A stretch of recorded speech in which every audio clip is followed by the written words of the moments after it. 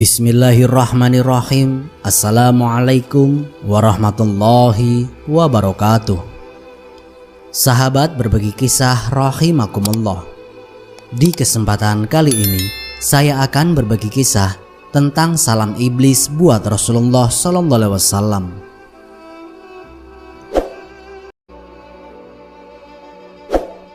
Allah Subhanahu wa Ta'ala telah memerintahkan seorang malaikat untuk menemui iblis supaya dia menghadap Rasulullah SAW untuk memberitahu segala rahasianya, baik yang disukai maupun yang dibencinya. Hikmahnya adalah untuk meninggikan derajat Nabi Muhammad SAW dan juga sebagai peringatan dan perisai kepada umat manusia. Maka malaikat itu pun berjumpa iblis dan berkata, "Hai iblis, bahwa Allah yang maha mulia dan maha besar memberi perintah untuk menghadap Rasulullah SAW.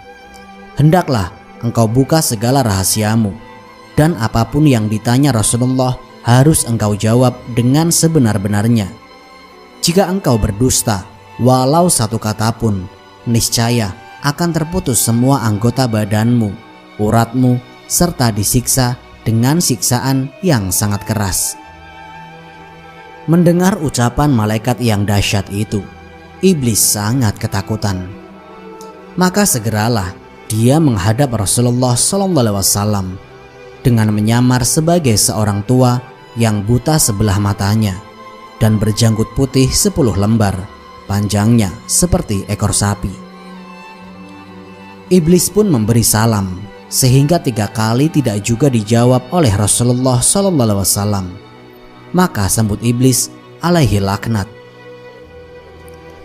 "Ya Rasulullah, mengapa engkau tidak menjawab salamku? Bukankah salam itu sangat mulia di sisi Allah?" Maka jawab Nabi Muhammad SAW dengan marah, "Hai aduwullah, seteru Allah, kepadaku engkau menunjukkan kebaikanmu? Janganlah mencoba menipuku sebagaimana kau tipu Nabi Adam alaihissalam sehingga keluar dari surga. Habil mati teraniaya dibunuh Qabil karena hasutanmu. Ayub engkau tiup dengan asap beracun ketika dia sedang sujud sholat sampai dia sengsara beberapa lama. Kisah Nabi Daud dengan perempuan Uria. Sulaiman meninggalkan kerajaannya karena engkau menyamar sebagai istrinya. Dan begitu juga beberapa anbiya dan pendeta yang telah menanggung sengsara akibat hasutanmu. Hai iblis, sebenarnya salam itu sangat mulia di sisi Allah Azza wa Jalla. Cuma salammu saja aku tidak hendak menjawabnya karena diharamkan Allah. Maka aku kenal baik-baik engkaulah iblis, raja segala iblis, setan dan jin yang menyamar diri. Apa kehendakmu datang menemuiku?" Iblis pun menjawab, "Ya Nabi Allah, janganlah engkau marah, karena engkau adalah khatamul anbiya, maka dapat mengenaliku. Kedatanganku adalah diperintah Allah untuk memberitahu segala tipu dayaku terhadap umatmu dari zaman Nabi Adam sampai akhir zaman. Ya Nabi Allah, setiap apa yang engkau tanya, aku siap menerangkan satu persatu dengan sebenarnya. Tiadalah aku berani menyembunyikannya." Maka iblis pun bersumpah menyebut nama Allah dan berkata, "Ya Rasulullah, jika aku berdusta barang sepatah pun, niscaya hancur leburlah badanku menjadi abu."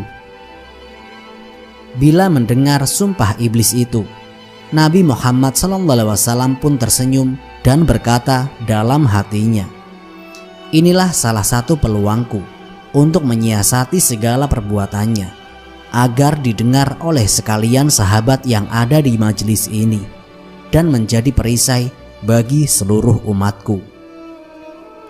Pertanyaan pertama, "Hai iblis, siapakah sebesar-besar musuhmu dan bagaimana aku terhadapmu?"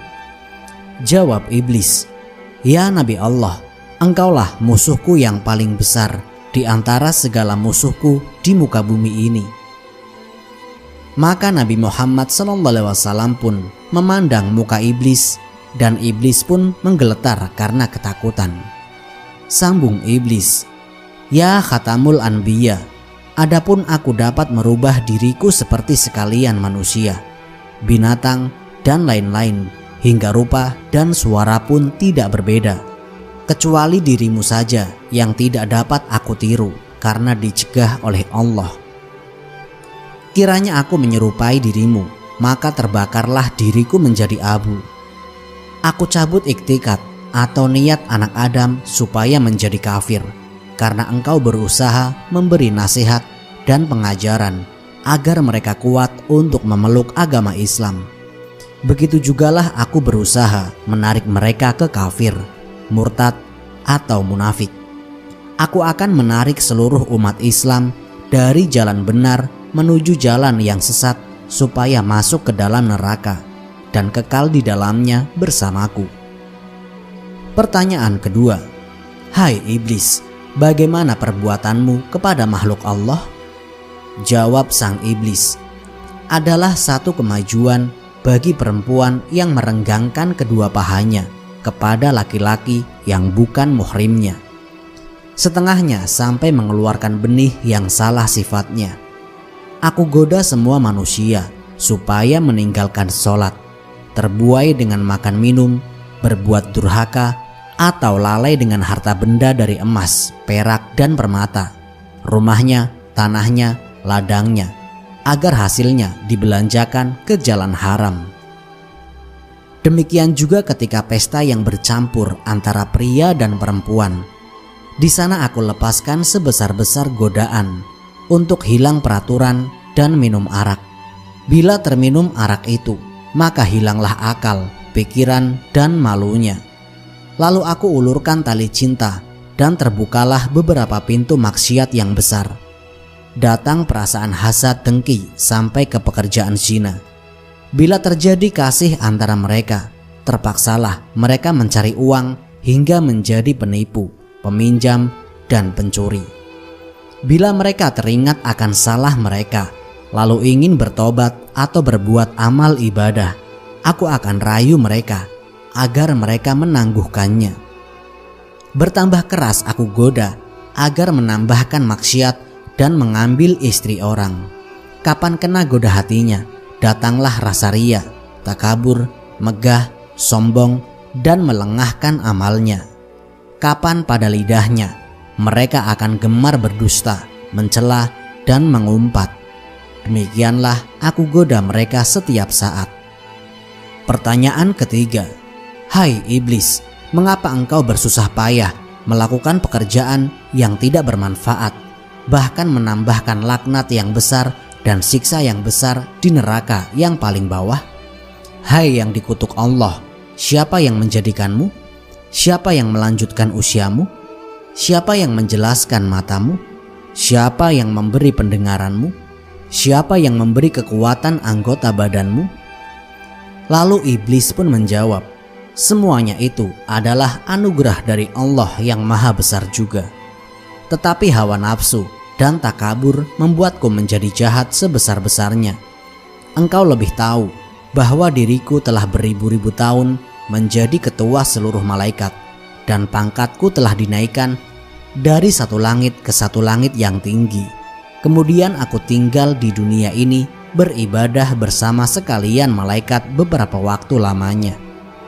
Tiba-tiba datang firman Allah Subhanahu wa Ta'ala, hendak menjadikan seorang khalifah di dunia ini. Maka aku pun membantah. Lalu Allah menciptakan Adam alaihissalam.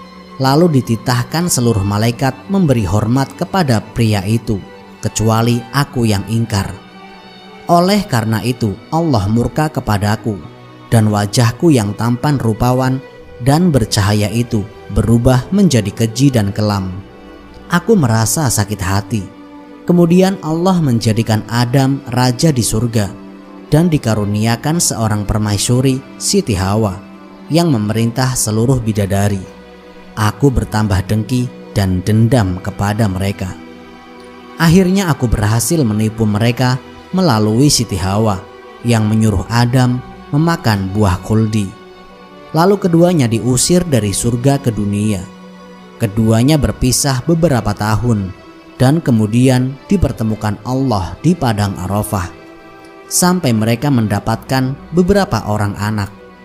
Kemudian kami hasut anaknya Qabil untuk membunuh saudaranya Habil. Itu pun aku masih tidak puas hati. Dengan berbagai tipu daya aku lakukan hingga hari kiamat. Sebelum engkau lahir ke dunia, aku beserta bala tentaraku dengan mudah dapat naik ke langit untuk mencuri segala rahasia serta tulisan yang menyuruh manusia berbuat ibadah serta balasan pahala dan surga.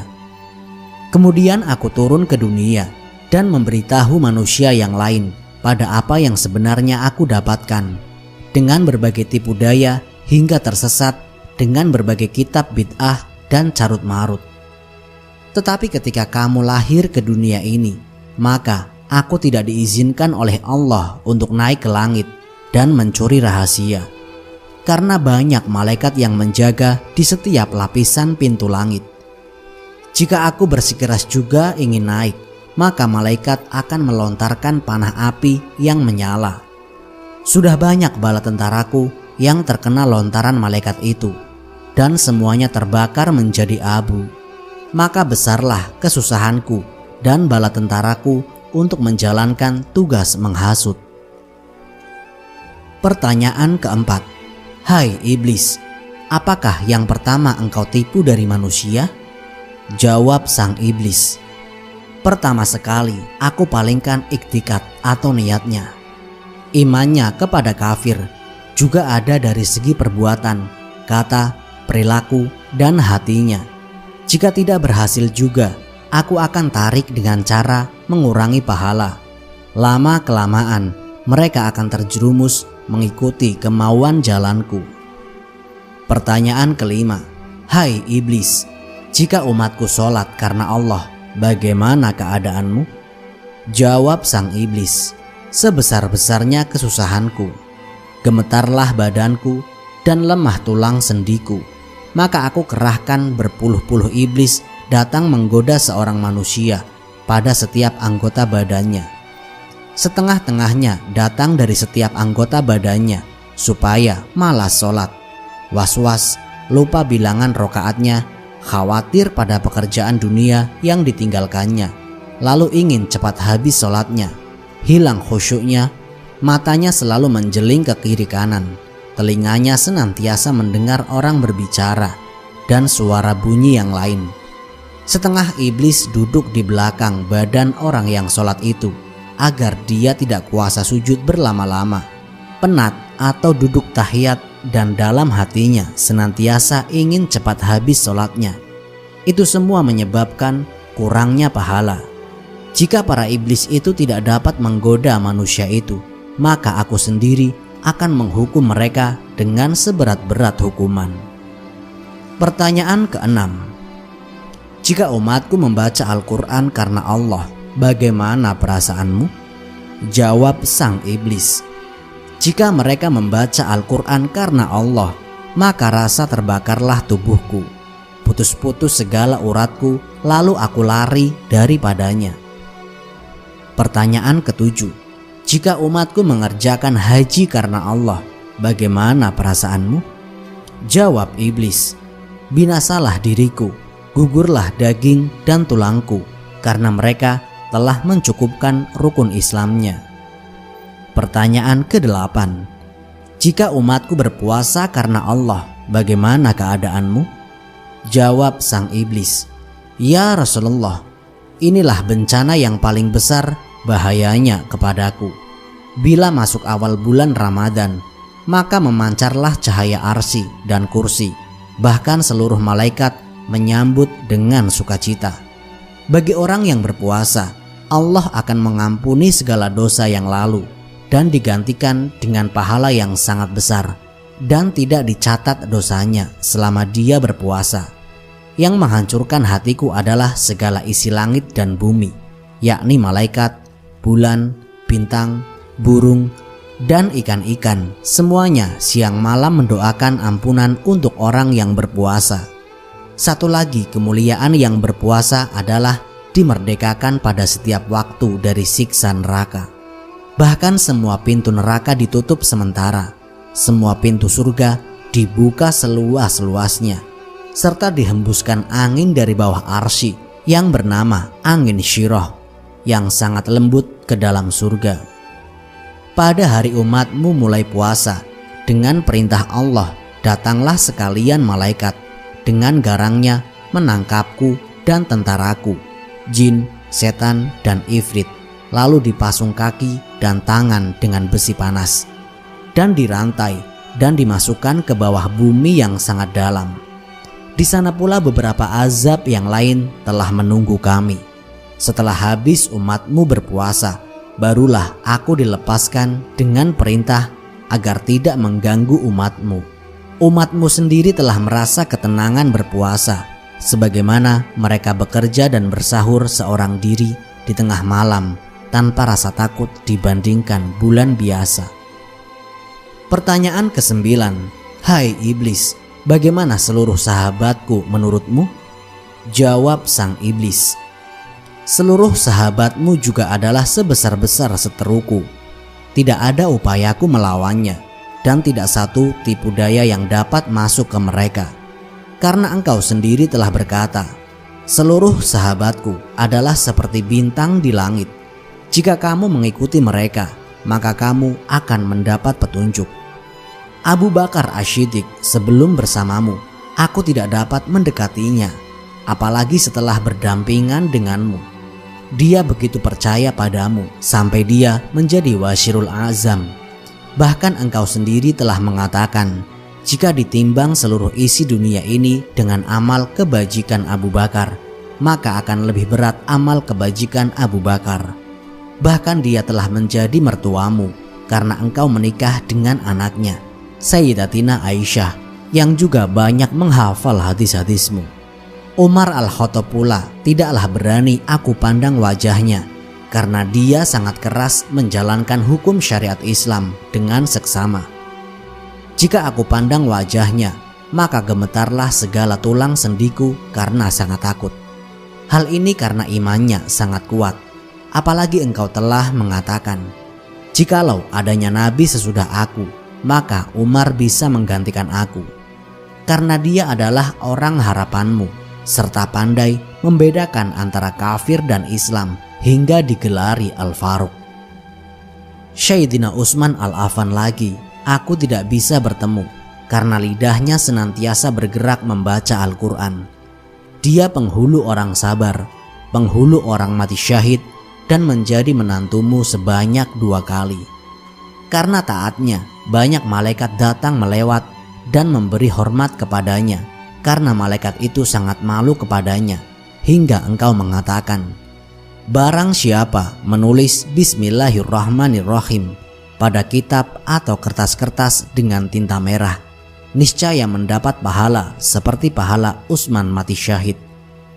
Ali bin Abi Thalib pun itu aku sangat takut karena hebatnya dan gagahnya dia di medan perang. Tetapi sangat sopan santun, alim orangnya. Jika iblis, setan dan jin memandang beliau, maka terbakarlah kedua mata mereka, karena dia sangat kuat beribadah dan beliau adalah kaum yang pertama memeluk agama Islam dan tidak pernah menundukkan kepalanya ke atas berhala. Bergelar Ali karamallahu wajhah, dimuliakan Allah akan wajahnya, dan juga harimau Allah. Dan engkau sendiri berkata, akulah negeri segala ilmu, dan Ali itu pintunya. Bahkan dia menjadi menantumu semakin aku ngeri kepadanya. Pertanyaan ke-10. Bagaimana tipu daya engkau kepada umatku? Jawab sang iblis, umatmu itu ada 3 macam. Yang pertama, seperti hujan dari langit yang menghidupkan segala tumbuhan, yaitu ulama yang memberi nasihat kepada manusia agar mengerjakan perintah Allah dan meninggalkan larangan seperti kata Jibril alaihissalam. Ulama itu adalah pelita dunia dan pelita akhirat. Yang kedua, umat Tuhan seperti tanah, yaitu orang yang sabar, syukur, dan ridho dengan karunia Allah, berbuat amal soleh, tawakal, dan kebajikan, Yang ketiga, umatmu seperti Fir'aun, terlampau tamak dengan harta dunia dan dihilangkan amal akhirat. Maka aku pun bersukacita, lalu masuk ke dalam badannya. Aku putarkan hatinya ke lautan durhaka, dan aku hela kemana saja mengikuti kehendakku. Jadi dia senantiasa khawatir kepada dunia dan tidak ingin menuntut ilmu. Tidak ada waktu beramal ibadah, tidak akan mengeluarkan zakat, miskin ingin beribadah. Lalu aku goda agar minta kaya dulu, dan saat diizinkan Allah dia menjadi kaya, maka dilupakan beramal. Tidak berzakat seperti Qorun yang tenggelam dengan istana mahligainya. Kapan umatmu terkena penyakit tidak sabar dan tamak, dia senantiasa khawatir akan hartanya, dan sebagian asyik ingin merebut dunia harta. Berbicara besar sesama Islam, benci dan menghina kepada yang miskin, hartanya untuk jalan maksiat, tempat judi dan perempuan lacur. Pertanyaan 11. Siapa yang serupa dengan engkau? Jawab sang iblis, orang yang meringankan syariatmu dan membenci orang belajar agama Islam. Pertanyaan 12. Siapa yang mencahayakan muka engkau? Jawab sang iblis, orang yang berdosa, bersumpah bohong, saksi palsu, pemungkir janji. Pertanyaan 13. Apakah rahasia engkau kepada umatku? Jawab sang iblis, jika seorang Islam pergi buang air besar dan tidak membaca doa perlindungan setan, maka aku gosok-gosokkan najisnya sendiri ke badannya tanpa dia sadari. Pertanyaan 14. Jika umatku bersatu dengan istrinya, bagaimana hal engkau? Jawab sang iblis, jika umatmu ingin bersetubuh dengan istrinya dan membaca doa perlindungan setan, maka larilah aku dari mereka. Jika tidak, aku akan bersetubuh dahulu dengan istrinya, dan bercampurlah benihku dengan benih istrinya. Jika menjadi anak, maka anak itu akan suka pada pekerjaan maksiat, malas pada kebaikan, dan durhaka. Ini semua karena kelupaan ibu bapaknya sendiri. Begitu juga jika mereka makan tanpa membaca bismillah, aku yang akan dahulu makan. Meskipun mereka makan, tiadalah merasa kenyang. Pertanyaan 15. Dengan jalan apa dapat menolak tipu daya engkau? Jawab sang iblis, jika dia berbuat dosa, maka dia kembali bertaubat kepada Allah, menangis menyesal akan perbuatannya. Bila marah, segeralah mengambil air wudhu, maka padamlah marahnya. Pertanyaan 16. Siapakah orang yang paling engkau lebih sukai? Jawab sang iblis, pria dan perempuan yang tidak mencukur atau mencabut bulu ketiak atau bulu kemaluan selama 40 hari. Disitulah aku mengecilkan diri, bersarang, bergantung, berbuai seperti pijat pada bulu itu. Pertanyaan ke-17. Hai iblis, siapakah saudaramu? Jawab sang iblis, orang yang tidur meneyarap atau telungkup, orang yang matanya terbuka di waktu subuh tetapi menyambung tidur lagi. Lalu aku lenakan dia hingga terbit fajar. Demikian juga pada waktu zuhur, asar, maghrib dan isya. Aku beratkan hatinya untuk sholat. Pertanyaan 18. Apakah jalan yang membinasakan diri engkau? Jawab sang iblis, orang yang banyak menyebut nama Allah, bersedekah dengan tidak diketahui orang, banyak bertaubat, banyak tadarus Al-Quran, dan sholat tengah malam. Pertanyaan 19. Hai iblis, apakah yang memecahkan mata engkau? Jawab sang iblis, orang yang duduk di dalam masjid serta beriktikaf di dalamnya. Pertanyaan 20. Apalagi yang memecahkan mata engkau? Jawab sang iblis, orang yang taat kepada kedua orang tuanya, mendengar kata mereka, membantu makan pakaian mereka selama mereka hidup. Karena engkau telah bersabda, surga itu di bawah telapak kaki ibu. Wallahu alam bisawab. Semoga kisah ini dapat memberikan manfaat bagi kita semua.